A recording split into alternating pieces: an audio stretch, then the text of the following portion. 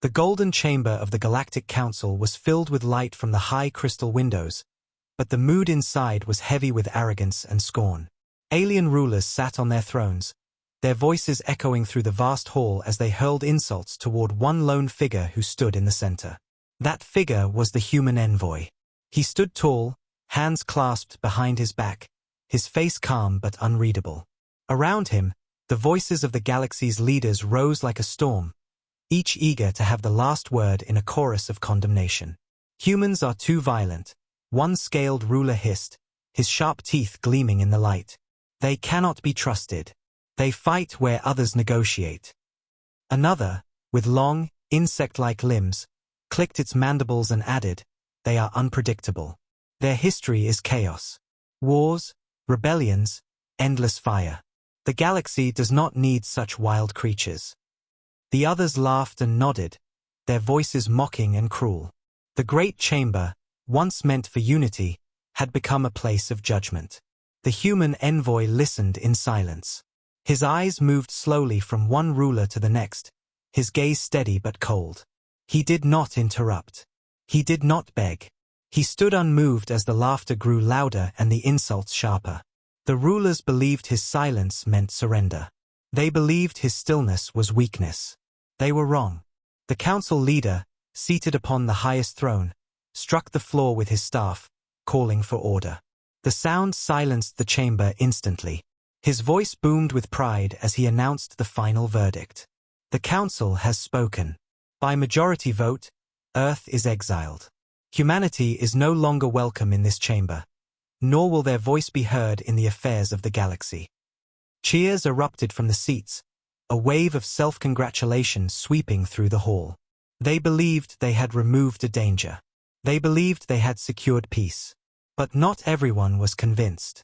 Among the rows of alien officials, a few glanced uneasily at the human envoy, their laughter faltering under his steady gaze. They saw something the others did not. His silence was not submission. It was a storm waiting to break. The envoy finally moved. He stepped forward into the light at the center of the chamber, his footsteps slow but deliberate. The hall grew quieter, curiosity piercing through arrogance. His voice, when he spoke, was calm, controlled, and sharper than any weapon.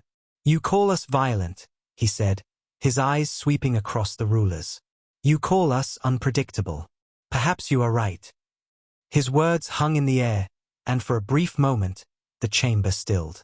But remember this day. Remember your laughter, your vote, your pride. One day, you will regret this decision. Gasps rippled through the chamber. Some rulers laughed nervously, pretending not to feel the weight of his words. Others shifted uncomfortably in their seats, their eyes darting away from his. The envoy did not shout, he did not threaten further, but the promise in his voice was undeniable. He turned without waiting for a response, his cloak trailing behind him as he walked toward the massive golden doors at the end of the hall. Each step echoed like a drumbeat, heavier than the shouts that followed him. Leave, human, one ruler barked. You are nothing without us, another jeered. Yet their voices no longer sounded confident.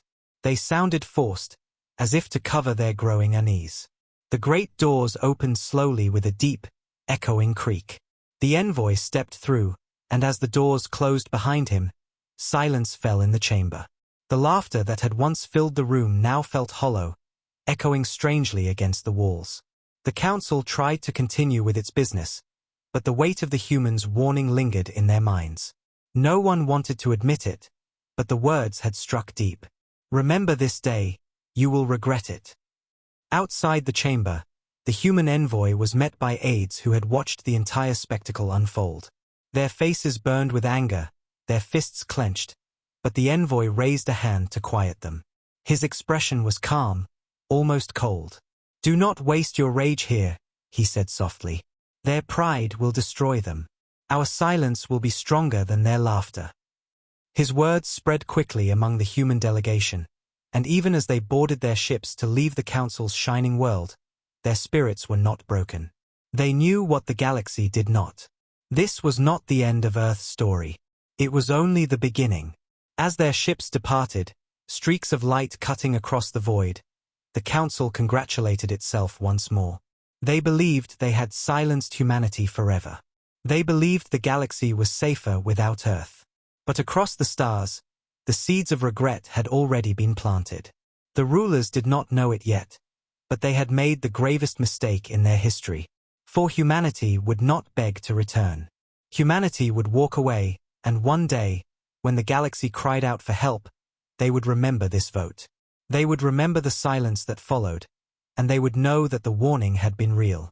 In the chamber, the Council's golden banners swayed lightly in the artificial breeze.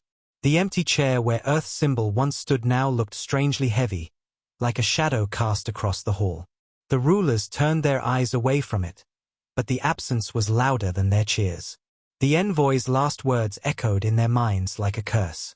And though they laughed again, their laughter was weaker now, hollow, as though deep down, they already feared the truth. They had not silenced humanity. They had unleashed it. The golden chamber felt brighter without Earth's banner, but the light was a lie. The rulers congratulated themselves, clinking crystal goblets and exchanging mocking words as though they had struck down a dangerous beast. At last, the galaxy is free of their chaos, one feathered leader declared, his voice smug. Another, with a long snout and glittering scales, hissed in amusement. Humans never belonged here. They fight too much, argue too much. The Council will run smoother without their noise. The chamber echoed with laughter, each alien voice feeding the arrogance of the next. To them, it was victory. To them, the silence where Earth's voice once stood was proof they had made the right decision. But beneath the noise of celebration, a faint unease crept into the air. The empty seat did not vanish as quickly as they thought it would. Every time a ruler glanced in its direction, they were reminded of the envoy's cold words, "One day, you will regret this." Some tried to laugh it away, others ignored it, but the shadow of that warning lingered. Their pride was strong, yet pride could not erase doubt. Outside the chamber, life in the galaxy shifted almost immediately. Without human fleets patrolling the trade routes, pirates began testing their luck. At first, it was a single raid on a small convoy, but when no swift punishment came, others followed. Attacks grew bolder. Merchant captains whispered that they no longer felt safe, that without human warships, space seemed more dangerous. The Council dismissed these fears at first, claiming they had fleets of their own, but their deployments were slow, their commanders less daring, and losses grew heavier with each raid. Whispers spread among the stars. When humans patrolled the lanes, this never happened. On colonies at the edge of Council space, cracks appeared as well. Human engineers had once been the ones to fix failing systems, patch broken power grids, and build new machines. Without them, repairs dragged on for months, and smaller species struggled to keep up. The Council said humans were wild, a farmer muttered on a distant world, but they were the only ones who made our harvest ships run on time.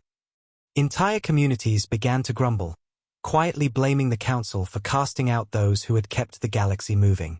Even in the military, the absence was felt. For decades, human officers had stood beside alien commanders, offering strategies that were often unorthodox but effective. Their willingness to fight to the last breath had been both feared and admired.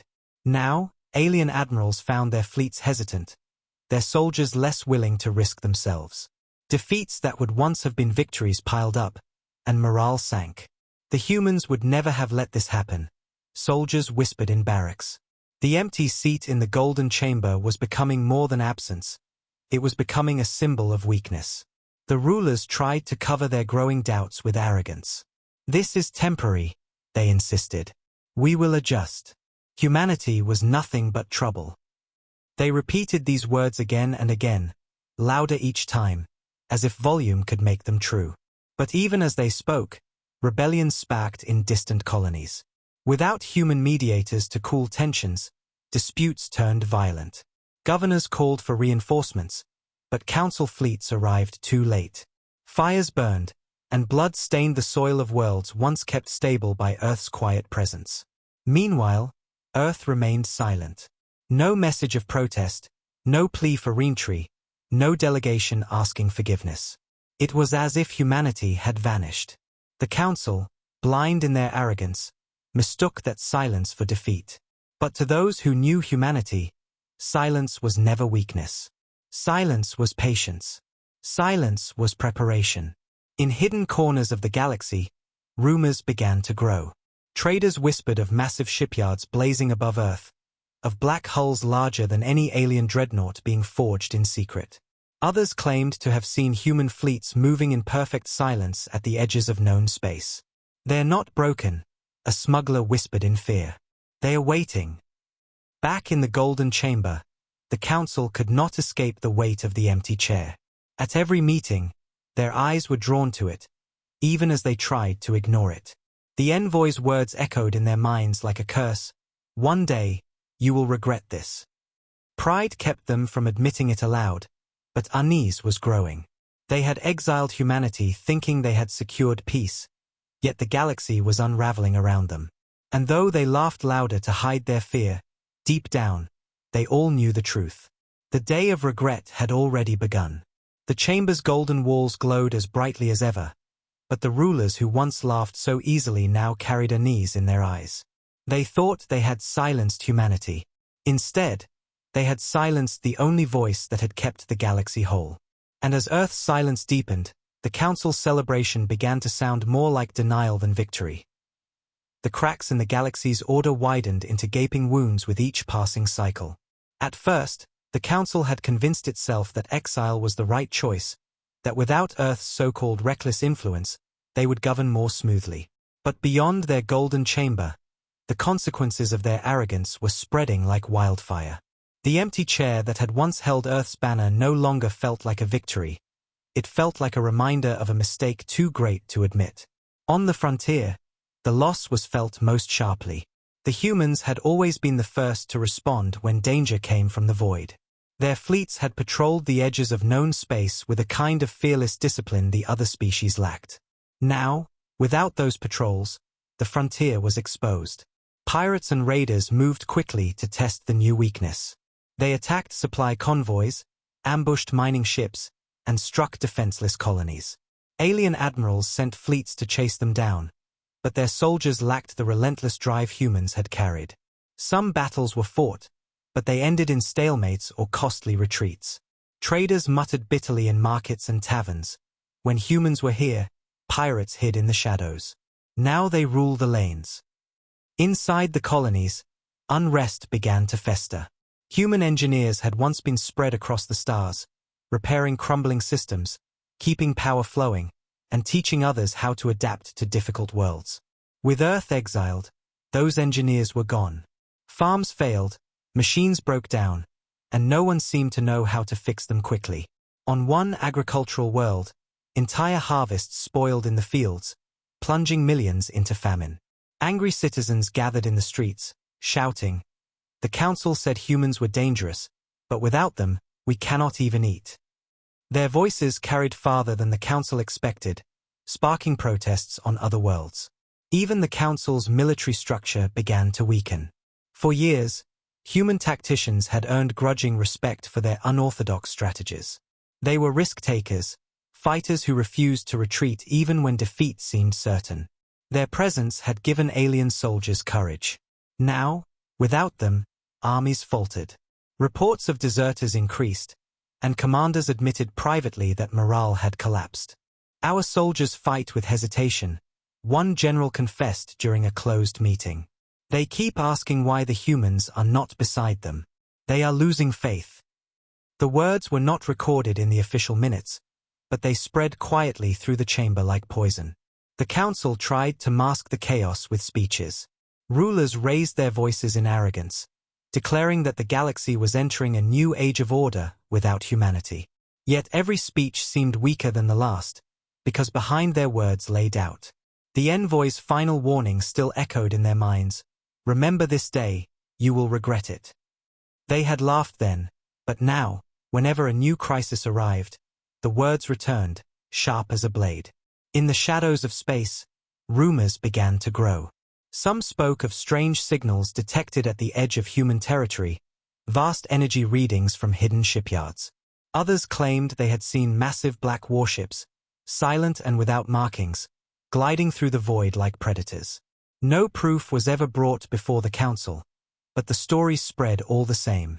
The more the council dismissed them as lies, the more people believed. Earth is building something, the whispers said. They are silent because they are preparing. Even among the common people of the council's own empires, the view of humanity shifted. Once mocked as wild and reckless, humans were now remembered with something close to reverence. Farmers spoke of their ingenuity, traders of their honesty, soldiers of their courage. Stories grew larger in the retelling, transforming humanity into legend. A simple convoy escort became a tale of heroic sacrifice. A mining system repaired by human hands became a symbol of their genius. The longer humanity remained silent, the greater their legend grew. Silence was no longer weakness, it was power. Inside the Golden Chamber, the rulers argued more fiercely with each meeting. Some demanded harsher crackdowns on rebellions, others called for new fleets to crush piracy, and a small but growing number began whispering the unthinkable. Perhaps we should ask Earth to return. These whispers were met with anger and denial, but they did not fade. They grew louder with every failure, every loss, every protest. Pride kept the council from admitting it openly, but deep down, many of them already knew the truth. They had not exiled Earth. They had exiled themselves from the only force that could have kept the galaxy whole. And through it all, Earth remained silent. No envoys returned. No pleas were sent. Humanity had walked away without looking back, and that silence was louder than all the council's speeches combined. It was the silence of patience, of preparation, of inevitability. The galaxy had voted to cast out Earth, but now it was the galaxy itself that was beginning to fall apart. And in the hearts of the rulers, one fear began to take root. When humanity finally broke their silence, it would not be with words. It would be with fire. The silence of Earth stretched on, and with every passing cycle it grew heavier, more suffocating, until it felt less like absence and more like a storm building in the distance. The council had expected Earth to send pleas for reentry, to beg for forgiveness, to return humbled. But the pleas never came. Instead, humanity turned inward, and in that silence the galaxy began to tremble. What the council thought was weakness, others began to see as strength. Whispers spread across the stars like wildfire. In dimly lit taverns on frontier worlds, traders leaned close, speaking in hushed voices of strange sightings near human space. "I saw them with my own eyes," one swore. "Black warships, bigger than anything we've ever built. They didn't broadcast, didn't show flags. They just drifted there in silence, watching." Another whispered of entire shipyards glowing like suns above Earth, producing fleets faster than any alien empire could dream of. The stories had no proof, yet they spread and grew with every retelling. For every world suffering famine, for every convoy lost to raiders, the whispers became hope, and for every council soldier dying on distant battlefields, the whispers became fear. The rulers in the Golden Chamber scoffed publicly. "Lies," they said. "Fairy tales to frighten children." But in their private meetings, their voices shook with unease. Reports from their own scouts confirmed unusual activity near Earth.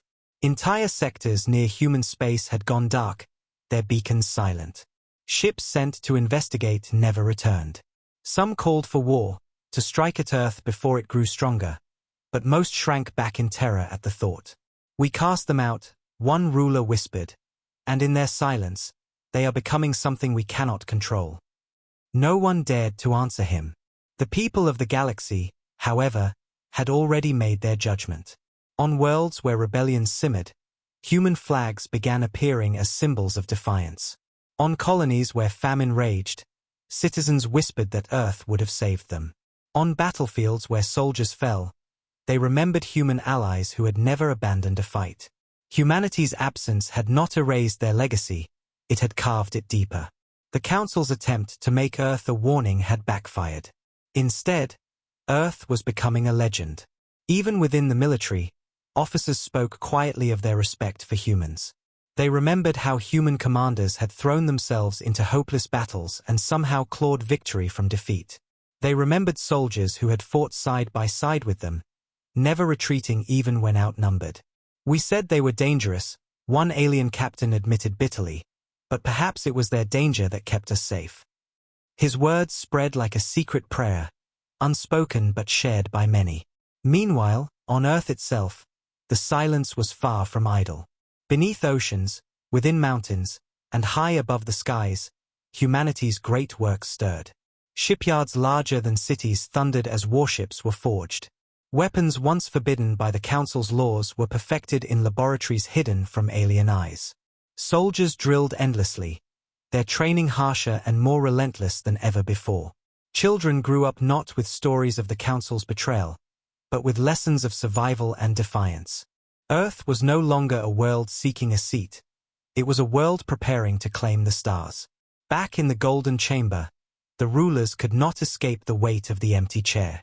No matter how many banners they hung, no matter how many victories they pretended to celebrate, their eyes always drifted to the seat where the human envoy once stood. They remembered his final words, steady and cold, "One day, you will regret this." The laughter that had answered him seemed weaker now, echoing like ghosts in their ears. The more they tried to silence the memory, the louder it became. Whispers turned to fear. Fear turned to doubt. Doubt turned to desperation. Some rulers began to whisper the unthinkable, "Perhaps we should ask Earth to return." But pride stopped them from saying it aloud.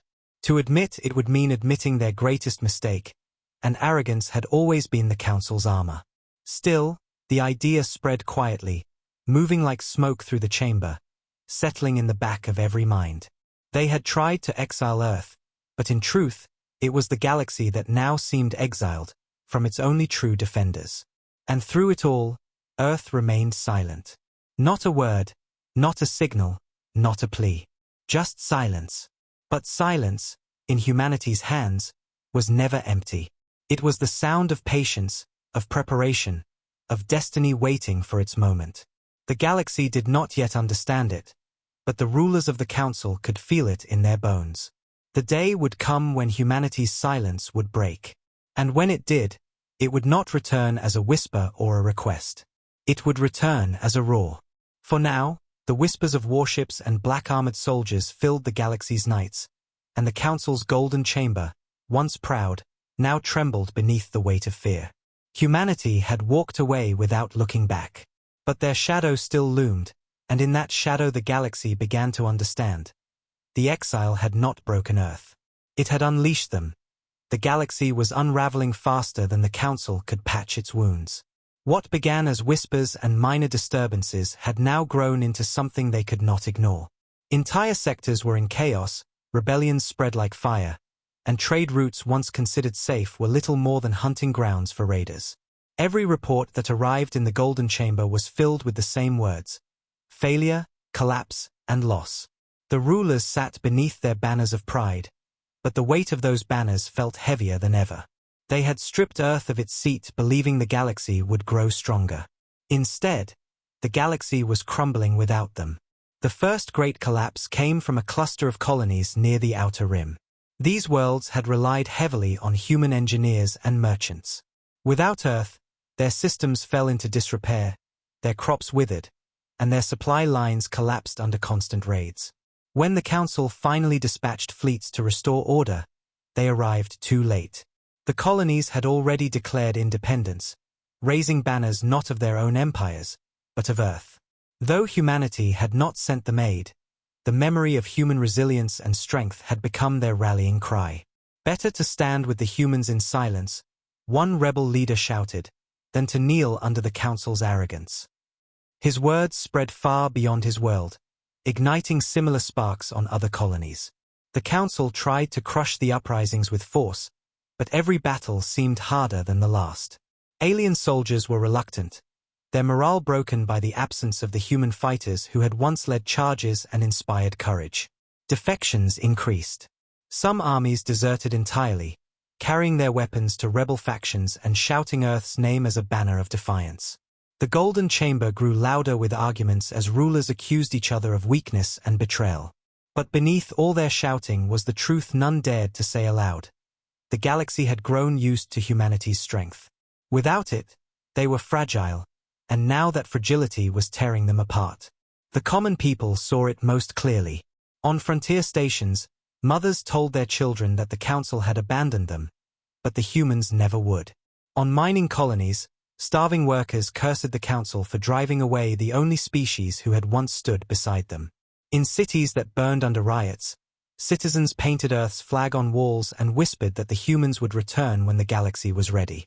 Earth had not sent them a single ship, but their silence had become the most powerful signal of all. Silence meant patience.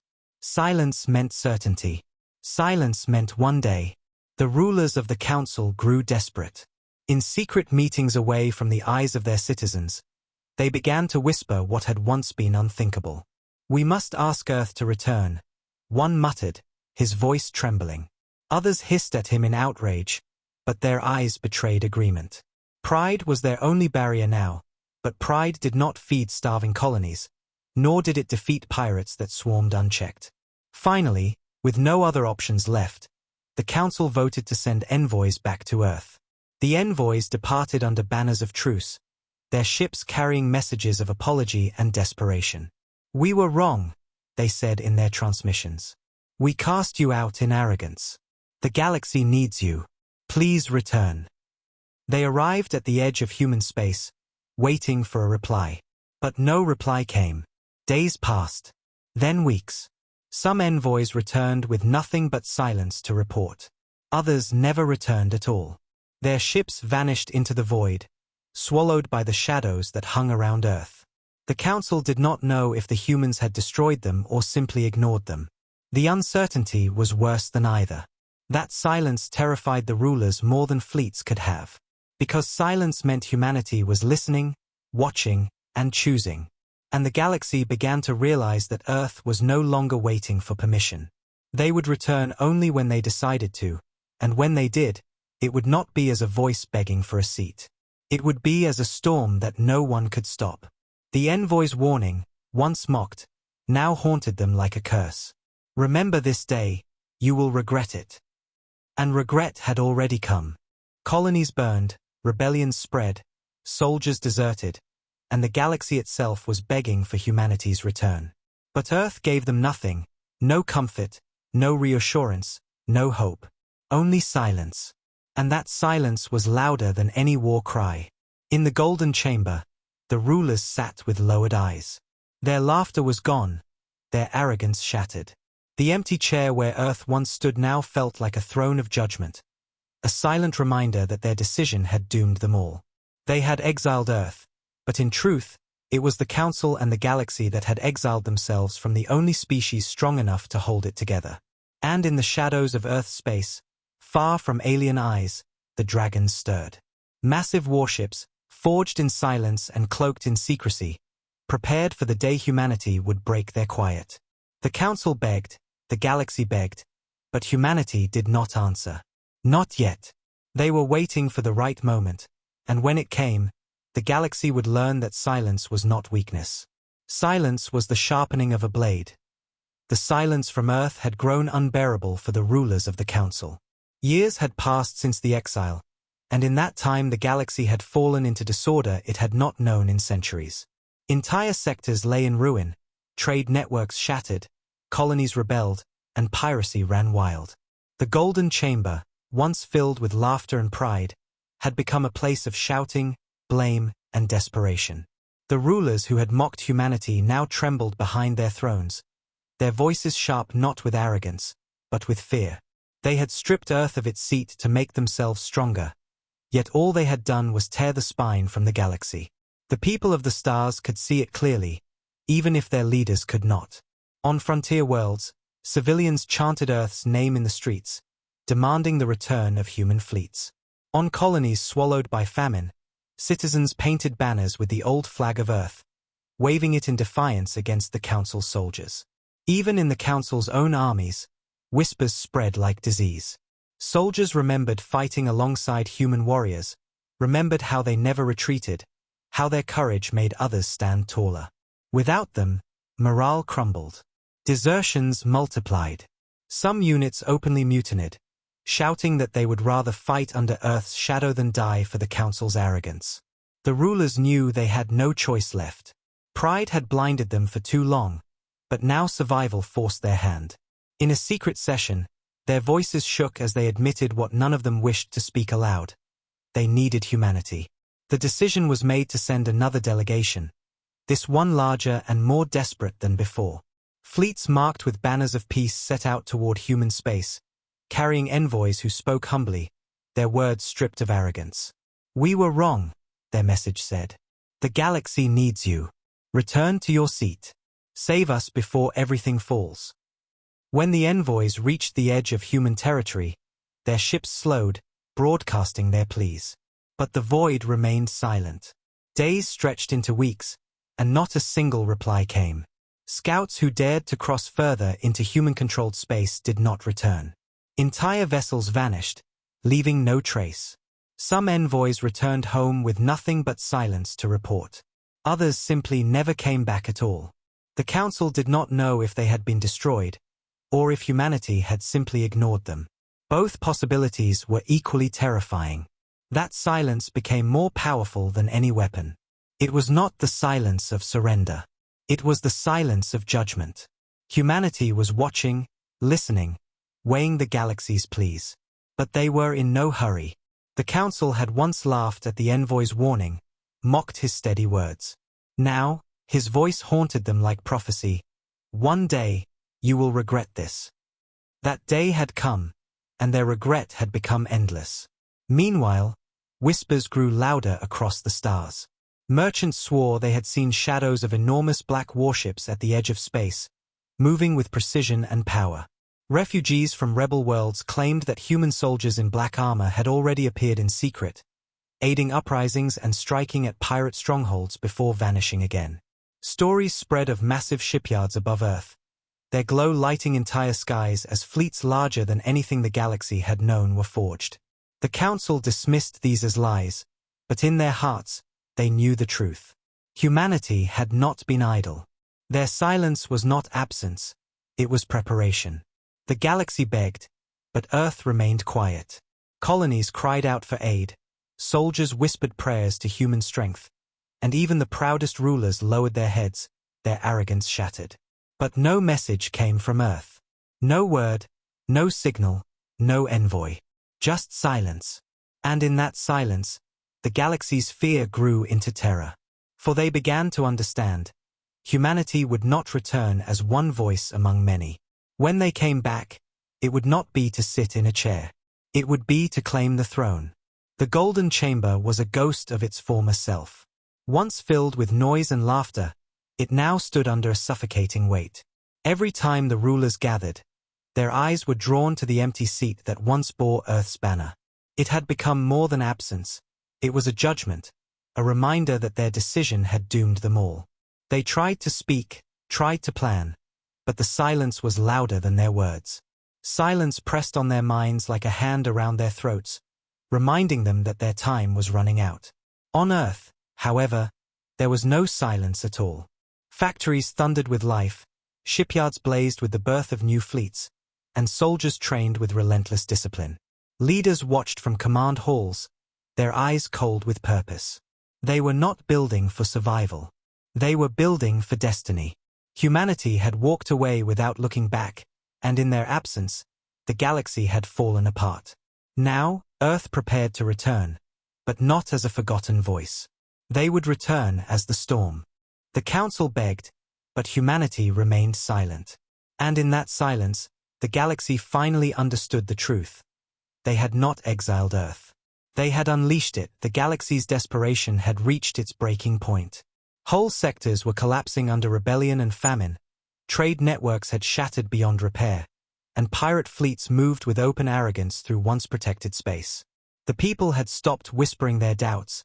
They now shouted them in the streets. From mining colonies to core worlds, chants echoed, "Bring back the humans." The Council soldiers could not silence the voices because many of them secretly agreed. The legend of Earth had become larger than the Council itself, and every failed attempt at control only strengthened the belief that humanity had been the spine holding everything together. The rulers of the Council no longer hid their fear. Their golden chamber, once filled with arrogance and laughter, now carried only trembling voices. Reports piled high of failed campaigns, lost fleets, starving colonies, and entire empires withdrawing their loyalty. The galaxy was falling apart in their hands, and the thought that haunted every ruler was the same. We did this to ourselves. In a final act of desperation, the Council sent its largest delegation yet. Fleets covered in banners of truce, their leaders humbling themselves in ways they had once sworn they never would. Their voices, once sharp with mockery, now shook as they spoke into the void. Earth, forgive us. Return. The galaxy needs you. For days the envoys waited at the edge of human space. Weeks passed. The silence remained. Some of the ships were never heard from again. Those that returned brought nothing but fear and confusion. Humanity's refusal to speak was worse than any weapon. It left the Council powerless. They had mocked Earth once for being unpredictable, for being wild, but now the most terrifying thing was their patience. Silence meant they were choosing their own moment. Silence meant the galaxy had no control left. Then it happened. The silence broke, not with words, but with shadows in the stars. Across multiple sectors, sensors lit up with the sudden emergence of fleets unlike anything the galaxy had ever seen. Colossal black warships appeared from the void, their engines burning crimson, their hulls bristling with weapons that dwarfed even the Council's most advanced dreadnoughts. They did not broadcast signals of peace or war. They said nothing at all. Their presence alone was enough to paralyze entire fleets sent to intercept them. The rumors of the dragons had been true. Humanity had returned, not as outcasts begging for a seat, but as predators reclaiming the void. On rebel worlds, human warships descended with surgical precision. Dropships unleashed black-armored soldiers who advanced through chaos with terrifying discipline. They drove out pirates, restored power grids, and distributed supplies where the Council had failed. Citizens wept in the streets, throwing flowers at their feet, chanting Earth's name like a prayer. For the first time in years, order returned, not under the Council's banner, but under Earth's shadow. Even worlds that had once despised humanity now cheered, their voices unified in relief. The broadcasts spread everywhere, and soon the galaxy understood the truth. Humanity was not here to ask for a seat at the table. They had already built their own. In the Golden Chamber, the rulers watched in horror as entire populations pledged loyalty to Earth. One by one, colonies and even entire empires shifted allegiance, declaring that they would follow the humans, not the Council. The Chamber's leaders tried to deny it, tried to argue, but their words rang hollow. Their people had already chosen. And then, the moment came. The massive golden doors of the Council's chamber burst open, and the sound of boots echoed against marble floors. Human soldiers in black armor marched in silence, their rifles steady, their presence heavier than any speech.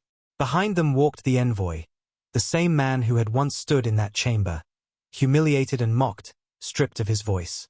His face was calm, his eyes cold, his silence heavier than the Council's arrogance had ever been. The rulers trembled as he approached the center of the hall. They wanted to speak, to plead, but their voices caught in their throats. The envoy did not stop at the empty chair where Earth's banner had once stood. Instead, he climbed the steps of the throne itself. He stood there for a long moment, gazing down at the rulers who had once jeered at him. His voice, when it came, was quiet but carried the weight of the stars. "You exiled us," he said. "You thought our silence was weakness. But silence was our preparation. You begged for our return, and now we have returned, not as one voice among many, but as the dragons who rule the fire you feared." The rulers bowed their heads, unable to meet his gaze. Across the galaxy, billions watched the broadcast. On every screen, in every city, in every outpost, the image was the same. Humanity's envoy standing where no human had ever stood before, on the throne of the galaxy. The prophecy had been fulfilled. One day, you will regret this. That day had come, and the galaxy would never forget it. Humanity had turned exile into destiny. They had walked away without looking back, and when they returned, it was not as outcasts seeking acceptance. It was as rulers. It was as dragons. The chamber that had once mocked humanity was unrecognizable. Where banners of alien empires had hung for centuries, crimson flags of Earth now draped from the golden pillars, their fabric rippling in the artificial breeze. The throne itself, polished and tall, no longer belonged to the council that had used it as a pedestal for their pride. It was now claimed by the envoy, the same man who had walked out in silence years before, leaving behind only a warning. His eyes were cold, his posture unshaken, his presence heavier than the arrogance of the countless rulers who had sat there before him. Around him, human soldiers in black armor lined the chamber, their rifles held with discipline, their silence even more intimidating than any shouted order. The rulers of the council sat below, stripped of their grandeur. Their robes hung loose, their voices gone, their heads lowered in defeat. They had once laughed as they voted Earth into exile. They had once jeered as the envoy walked away. Now they sat trembling as he looked down upon them from the highest seat in the galaxy. For the first time in generations, they understood what true power was, and it was not their titles, nor their banners, nor their ancient laws. It was humanity, forged in fire, returning not to plead for acceptance, but to claim dominion. Across the stars, the broadcast reached every corner of the galaxy. Billions watched in silence as the moment unfolded. On colonies where famine had raged, citizens cried tears of relief, whispering that salvation had arrived. On frontier worlds, children pointed to the screens with wide eyes, seeing human soldiers march like giants across alien capitals. On pirate bases, criminals fled in panic, knowing the days of lawlessness were ending. And in the hearts of rebels and oppressed peoples, hope ignited into flame. Earth had returned, not to sit at the table, but to flip it over and rebuild it in their image. The envoy raised a hand, and the chamber quieted even further, though no one had spoken. His voice was calm, steady, the same voice that had once been drowned out by laughter, now unchallenged in its command. You thought casting us out would end us. You thought your galaxy would thrive without us. But your arrogance blinded you. You did not exile us. You exiled yourselves from the only force that kept your order alive. His words rolled through the chamber like thunder. The rulers below shivered, some clutching their robes, others hiding their faces. But we do not come as saviors, he continued, his eyes narrowing. We come as a storm.